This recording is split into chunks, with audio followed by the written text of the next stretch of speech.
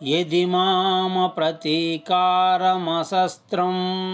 శస్త్రపాణయః ధార్తరాష్ట్రరణే హన్యుః తన్మే క్షేమతరం భవేత్.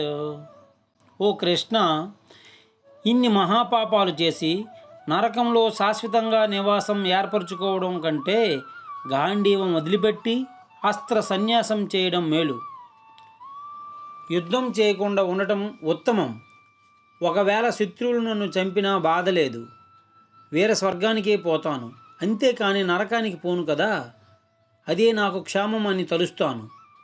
ఈ యుద్ధం చేసి అందరినీ చంపి వాళ్ళ భార్యలను దూషితులుగా చేసి వర్ణ సంకరం కులక్షయం చేసి వీళ్లకు కనీసం పిండాలు పెట్టే దిక్కు కూడా లేకుండా చేసి ఘోర పాపాలు మూటగట్టుకొని శాశ్వతంలో నరకంలో పడే కంటే నిరాయుధుడనై శత్రువుల చేతిలో సచ్చి స్వర్గానికి పోవడం మేలు కదా